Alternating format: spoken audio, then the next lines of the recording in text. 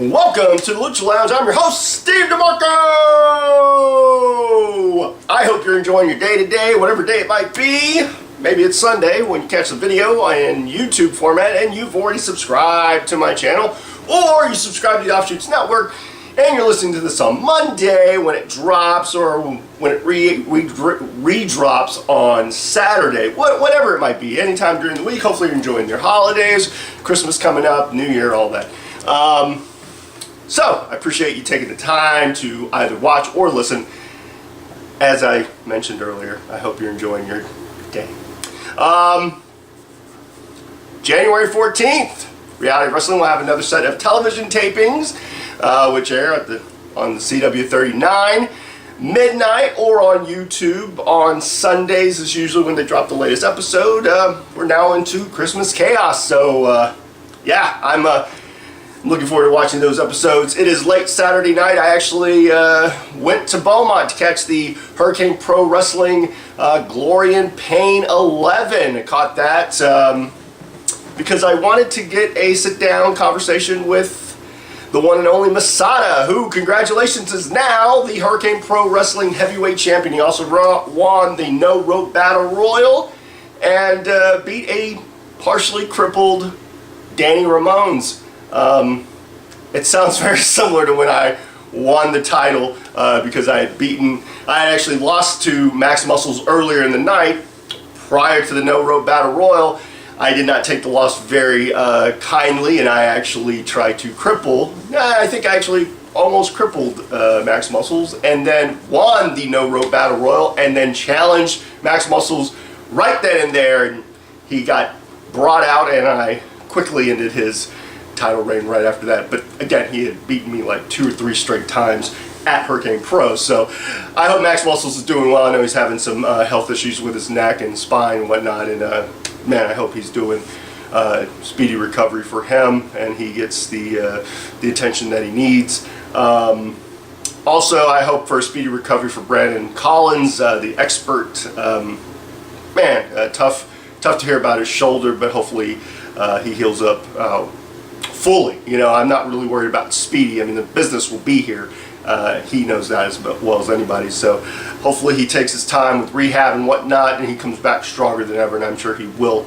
But you know, my prayers go out to him. But yeah, I went to the Hurricane Pro show, got to see Death Bear. Didn't really get to catch that because I actually was having my sit down with Masada. What a great conversation, man. Honestly, that's going to drop in a couple of weeks. We had a good, like, almost 55-minute conversation, and man, he's a good dude. I saw him at the Reality Wrestling show. He was backstage for a bit, came to check it out. Had some really nice complimentary things to say about the production and how it was ran and whatnot. And I knew he was going to be at Hurricane Pro, and I know the historic nature of Hurricane Pro's No Rope Battle Royal, you know, Glory and Pain, and having been a guy that competed on that show in that particular, that No Rope Battle Royal, it's quite the trip, man. But you know, also Jim Dixon, man, was his last night. You know, he's retiring from the business. You know, I couldn't have said it any better than how Richard Cranium said it to the crowd, and it was good being backstage and being in that locker room. You know, getting good to see Vordell Walker. He took on Rex Andrews. Rex Andrews defending the Texas Heavyweight title, or Texas Championship for Reality Wrestling. So big things on the horizon for that guy, and I was really impressed with that matchup. And you know, the No Rope Battle Royal, but really Danny Ramones and Masada before that was really something. So you know, kudos to both men, and yeah, it was definitely a cool night. You know, get to out on the road with some friends, and you know, again, get a conversation with Masada that you can't ask for much more than that. Actually, Ryan Davidson's going to be at Inspire Pro tomorrow, and so I'm going to be up bright and early after I put this together and put it out for all you guys. So so yeah. So last week, if you didn't get to catch it, go back, check out my past videos. Almost a full year doing a podcast. I mean, it'll be a full year in a couple of weeks, and it's crazy to think, that I've put out nearly 50 some odd episodes. Only missed a couple of weeks, but yeah, it's been a crazy type of year. Now that next week, next episode, I will definitely talk about my 2016, some of the stuff I liked, some of the stuff I didn't like.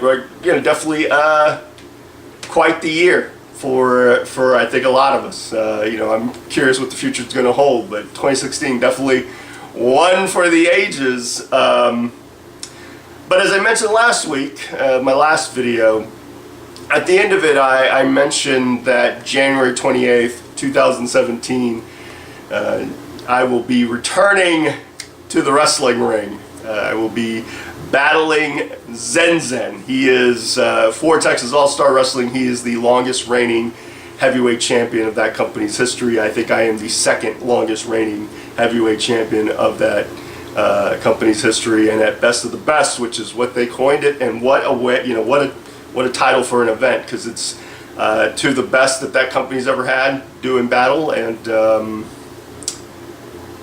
yeah, so I thought this week I would talk a little bit about that. I'll backtrack a little bit, so it's kind of like story time, so sit back, relax, and enjoy this. 2014, it's funny that I was at the Beaumont Civic Center tonight, because that's kind of, I think after my title runs ended, I really thought I might take a little bit of a break. You hold a couple of companies' belts, and you're running pretty often. You're coming off of some back issues. It's a time, but I remember having a thought in my head, and not a positive thought, a negative thought, and I don't know, it really messed with me. And I really didn't want it to impact me moving forward, nor did I want it to impact me in anybody's locker room. I'm always trying to look at this from a positive standpoint, not trying to get burnt out. And if I ever really kind of feel that way, I think I needed a little bit of break. Didn't really know how long that break was going to be. I thought, okay, maybe the rest of 2014, just kind of refresh my batteries, and who knows, maybe late 2014 I'll give it some thought about getting back in the ring. And then I started helping to produce Reality Wrestling, as far as being a producer, agent, whatever have you, whatever the job title is. I just know I try to help the talent put their best foot forward. That's how I see it, whether it be in promos or matches or whatever have you. And I really enjoyed that, and thought maybe, okay, well, let's see. In 2015, there's kind of this grace period where my body just kind of enjoyed the fact that I wasn't putting it through a lot. But 2015 was rough. It was a rough year physically. A lot of setbacks, a lot of little injuries. Like I'd go to the gym and try to lift, and maybe I try to go too fast with things, and tweak muscles, and it would really mess with my brain. And I'm really trying to kind of keep it together mentally and emotionally, and it was tough. It was just a tough year all around. I think I was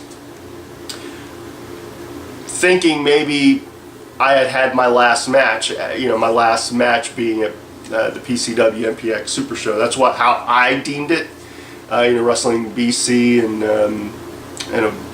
roughly a segment, and kind of addressing the crowd, and it seemingly being my way of saying goodbye. Kind of the same way with Hurricane Pro after I faced AJ Rush. I don't know, I thought, okay, it's goodbye for now, and I really didn't know if I'd ever wrestled in the Metroplex area, or if I'd be wrestling. I really wasn't sure. And so 2015 was kind of this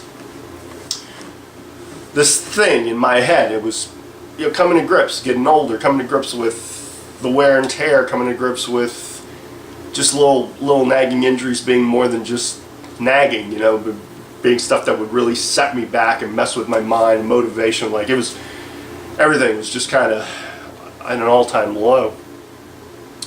2016, it started kind of, I don't know, my body adjusted. Now I wasn't dealing with so many, but I like stopped working out, you know, as far as like lifting and such.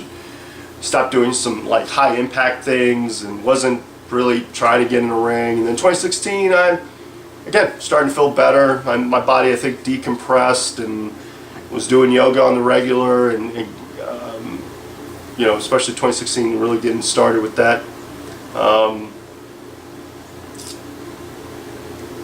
And I don't know, you know, I kind of would really focus on reality wrestling, but then I'd start to take a look at what was going on outside of reality wrestling. You know, look at kind of where the business was or is, you know, really currently. You kind of see, you know, how the independents are embraced, what more independents are doing, you know, with really getting on YouTube. And I'd see certain companies that at first were apprehensive, but at this time seem more willing to do, you know, follow that social media, the impact of it, and really utilize it. And I don't know, it started to feel like, okay, it's kind of on an upswing. I'm looking at a lot of the talent, especially a lot of the young talent that I encounter at Reality Wrestling, and then the guys that would come in, and I don't know, reached out to some of my old friends and some of my old acquaintances just to kind of see how the vibe was out there, you know, because it'd been a little bit, you know, kind of get into a bubble, I guess, within reality wrestling. That was my main focus. I mean, and I started to contemplate, okay, where would I fit in this business currently? You know, was with the podcast and talking to guys and really kind of hearing their story, and then having conversations after it, and I don't know, at first it was, I jokingly, I don't know, because I would do it in 2015, like I joke, you know, would put it out there that possibly I wanted to get back in the ring, and I'd almost talk myself out of it, or almost try to talk whoever I was talking to out of that idea. But as this year rolled around, and as it progressed, I started to think about, man, I miss performing. I mean, more than really anything else, the idea of really being able to put it out there and tell my story and get a reaction. A lot of stuff that, you know, especially that I didn't really get to do for the last few years. And I really started to miss it a lot more. And I don't know, you know, I mean, it's kind of one of those things where I still have a couple of issues with waking up certain, you know, sleeping certain ways. I've got to really maintain my yoga, because if I don't, you know, I miss a couple of days, my body starts to really, you know, have some issues. So I'm always kind of having to be aware of it. And I don't know, but once I started thinking about a possible return and how that would work and how I would want it to work, one of the things I did notice was a slight increase in my motivation, a slight increase, you know, like the nudge that I would need to kind of get me rolling, get me going, and get me thinking. You know, it's great being a producer because you're just constantly creatively utilizing that portion, but at the same time I would start to think, man, what would it be like Steve DeMarco versus Gino, or Steve DeMarco versus Rex, or you know, Alex Reigns and Steve DeMarco, or, you know, I looked at the reality wrestling landscape of guys, East Snow, you know, so much talent, Cam Cole, Kiefer Bartek, you know, obviously Ruthless Ryan, Gustavo, you know, Aiden, Cristiano, you know, Brian Keith, like there's Jonathan Vega, Alex Villarreal, even like Sean Studd or like Parviz, like there were guys, you know, Rob Barn. I mean, I could go on and on listing guys that I would want to work, like Tempo and Cedric and Hammer, like all these guys. I started thinking, man, what kind of stories could we tell? And then I thought, well, given what Booker's trying to do at Reality Wrestling, I don't know. You know, like obviously, I'm older now. You know, I could fix that cosmetically. I mean, I could, you know, dye this and start to train, start to roll around. Obviously, I'd have, you know, use of the facility and get in the gym and you know, it'd be a process. You know, I definitely know it would take a few months to really get there. But again, given what they're doing in Reality Wrestling, given my position there, I don't know. You know, I don't know if that's, at this point, I'm not thinking that far ahead, because, but I don't know. I started kind of playing around with it, and I go to other shows, you know, in part to get interviews or in part to kind of check out how the shows were doing, you know, specifically companies that I've worked for in the past. I thought, well, if I'm going to return, I want to return somewhere that I've worked before, obviously, and that I have a history with, and somewhere where I know I'll be taken care of. You know, somewhere where I know I have that freedom, so to speak, but at the same time, it's something that's going to be meaningful to me. So I started kind of thinking about it. I remember going to one of the last TASW shows at the VFW. And at the VFW, I'd worked a handful of times when WOW ran, and you know, before they got affiliated with NWA, right as they were getting affiliated with NWA, I think I worked for them. Like that building, like the crowds that there, and heard good things about, you know, the crowd, you know, the size of the crowd and the reactions of the crowd and whatnot. And so I wanted to check out a show, and I really enjoyed being in the locker room and kind of seeing some of the guys that were there. And I started looking at potentially guys there. Byron, who I've worked a handful of times, but I look at it, you know, where he's at now, and obviously him being the champ, and I thought, oh wow, you know, or Carson had been at that show, you know, working with Jason Sullivan, or Estrella Galactica, or Adorable Anthony Andrews. Like, I'm such a fan of that guy, so real fan of his work, you know, as well as the other people that I've mentioned. And you know, so I think I had mentioned to Bob that it would be great if I could come back at some point. You know, if it was right. I didn't know if it'd be when it would be. You know, I'd always thought, oh man, maybe another Rumble, like the Humble Rumble, that'd be maybe a good time. And then I'd seen that he was going to do the Best of the Best at the VFW on January 28th, and I started to kind of see some of the names that he was going to bring in, and I started to think, maybe, you know. But again, I'm never one to really just kind of want to put myself out there. At some degree, I'll kind of throw it out there, and if they're interested, great, but I don't really want to mess up whatever their plans are. But I thought, well, oh man, 28th, I think, oh, that's about 2-3 months away. Okay, you know, if I really, but who would I face? Who would it be? You know, I'd heard Danny Ramones was going to be there, and he's a guy definitely on if I have a list, which I'll probably get into in a moment.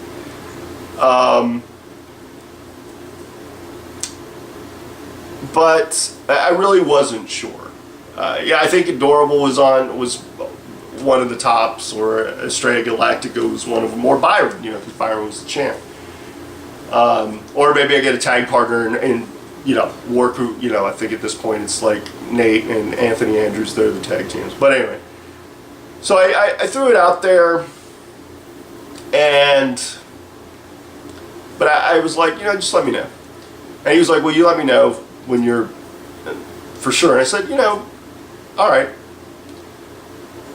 So I remember hitting up Bob just to kind of see how the show was going to look, you know, hey man, because I knew he was putting a lot of thought and effort into it. And he had mentioned Zen Zen. I had seen Zen Zen announcing that he was going to return, or that Bob had announced that Zen Zen was going to return for Best of the Best. And that really piqued my interest, Zen Zen. The truth is, Zen Zen and I think we've had one match, and it was like a triple threat with Christopher Lyons. I want to say he was the third member.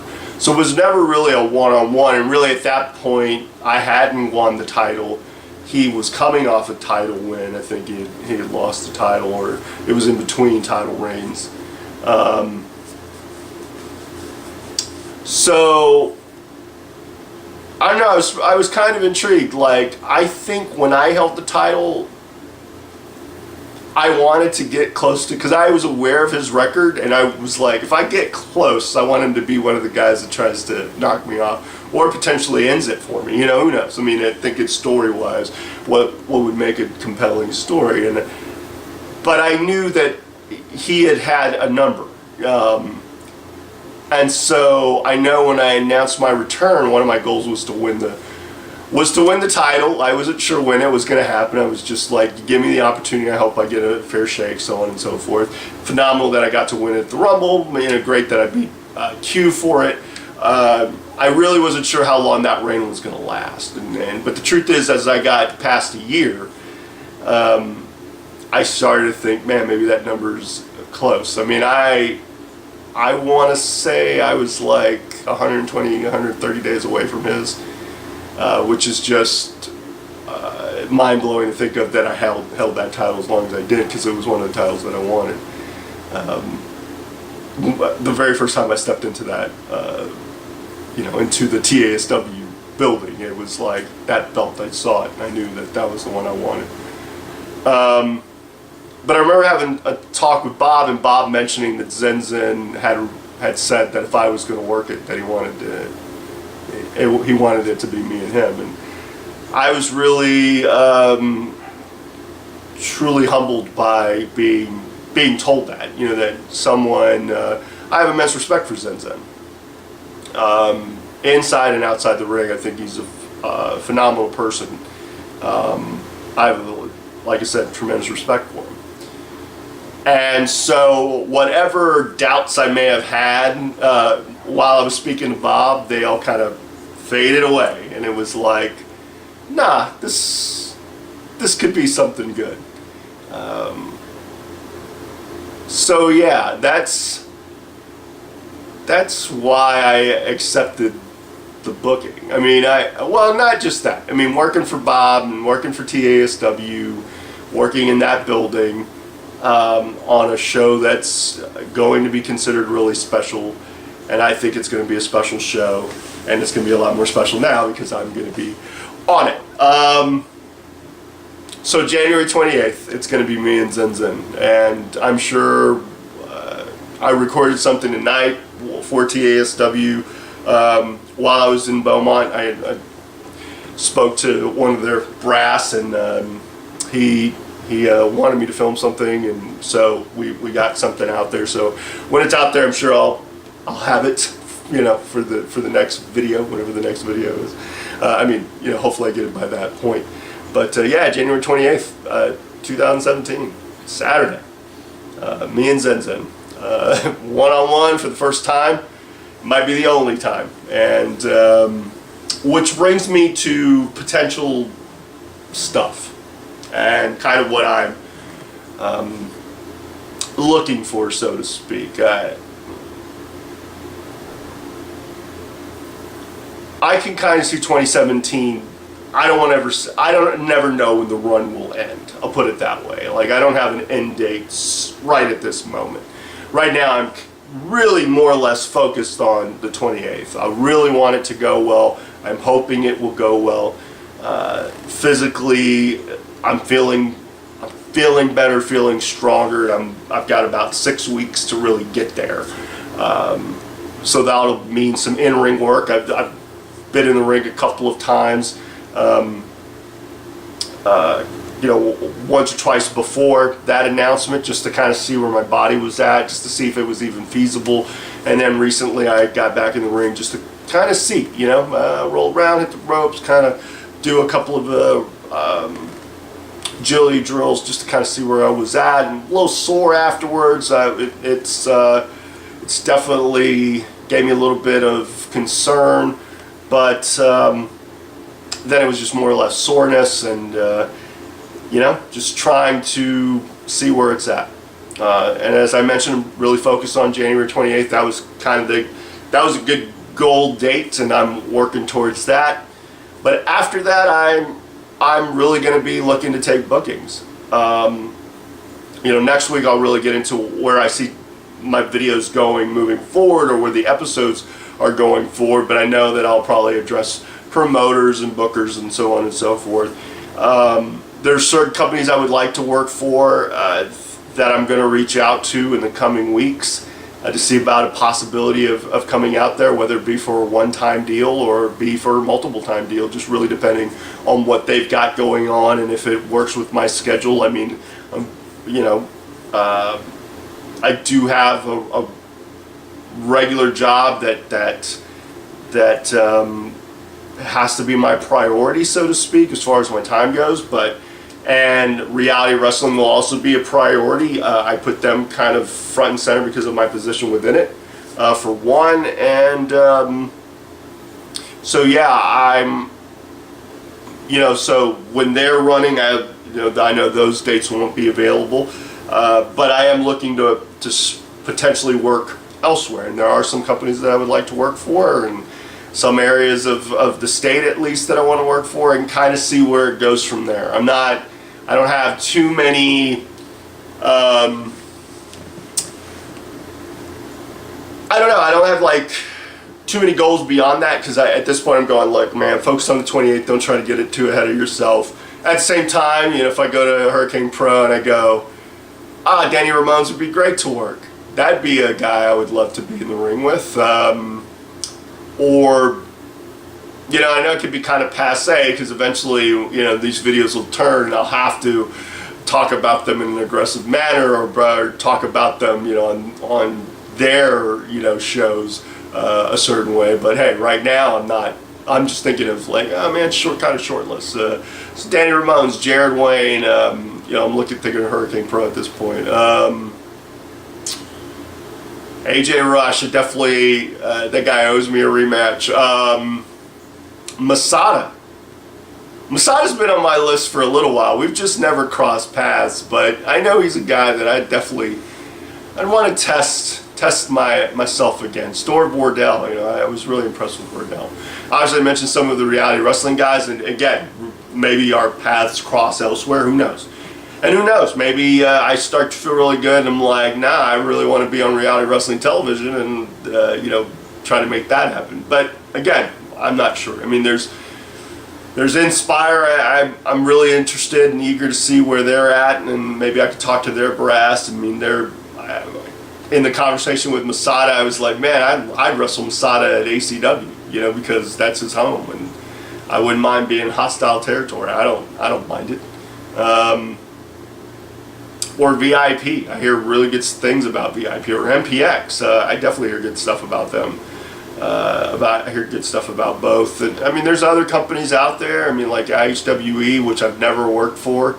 Fuller and I have had kind of this, I guess you could call sordid history. I don't really know. I mean, I don't try to have heat with anybody. I don't think we have heat. I've just never been on any of his shows. I know he's got something special coming up in April. I know he's talked to me potentially, but I mean, that's, at this point it's talk. There's nothing set in stone.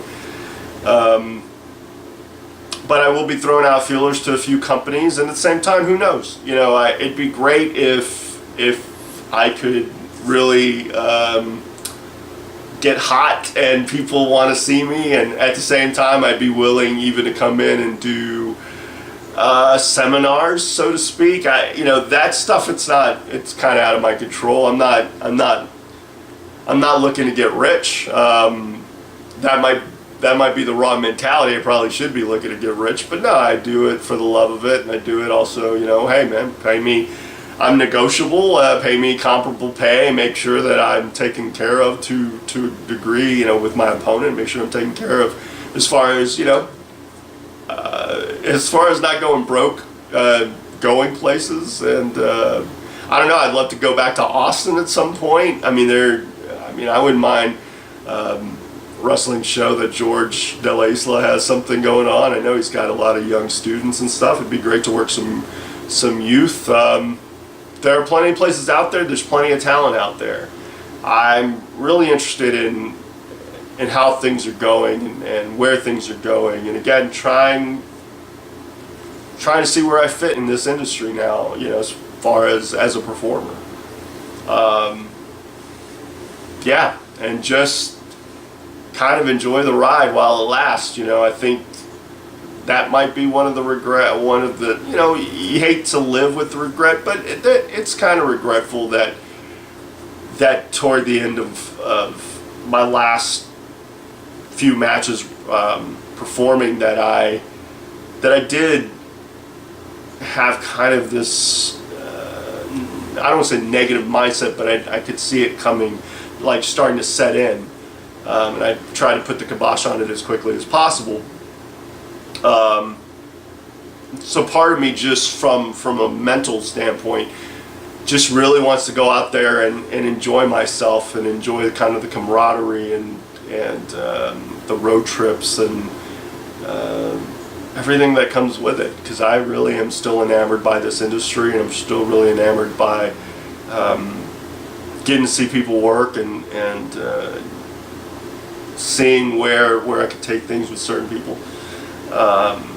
So yeah, if you're around and you're able to make it out January 28th, come out and support Steve DeMarco as he. I don't think it'll be one night only, but at this point, it's the next booking that I have, and hopefully it's a success. I'm looking forward to facing my opponent and really kind of seeing how we, you know, the battle of wills and whatnot. And I'm looking forward to what 2017 will bring after that. Hopefully, it will bring some other shows and maybe some new promotions to work, as well as some old friends, and who knows? Who knows? I'm really kind of eager, optimistic, cautiously optimistic. So we'll see how it goes. Appreciate all y'all that took the time to listen to this and hear me ramble and kind of give stream of consciousness and talk about where I'm at. I'll talk about it probably a little bit more next week. Kind of give you guys a little bit of an update, and maybe, you know, my videos moving forward, at least it will be that, and maybe, who knows? But Masada will more than likely be the first video of 2017. Looking forward for you guys to hear it. I had a lot of fun sitting down with him. I appreciate him being on my show, man. I thank him to the utmost, because I know he rarely does them. I'm hoping to get sit down with a few people, hopefully at least one person at Inspire, and then we'll see what next week brings. You know, I know it'll be Christmas, so who knows? I might just enjoy my time, enjoy my Christmas. But again, I thank all of you who take the time to listen to this or watch this or subscribe. You should subscribe, should share it, should let people know about it, should let everyone know about the Lucha Lounge, because it's a pretty fun place. I enjoy it. I know everyone who visits really enjoys it. As I always like to end these, stay cool, stay sexy, stay classy. But you know what? You are all those, if you enjoy the journey, try to enjoy the rest of your 2016, listen to plenty of podcasts, watch plenty of wrestling, read plenty of comics, or do none of that, you just enjoy in your life. That's the important thing, is to enjoy this crazy thing we call life. And if you do that, you're already all that. Until next time, later!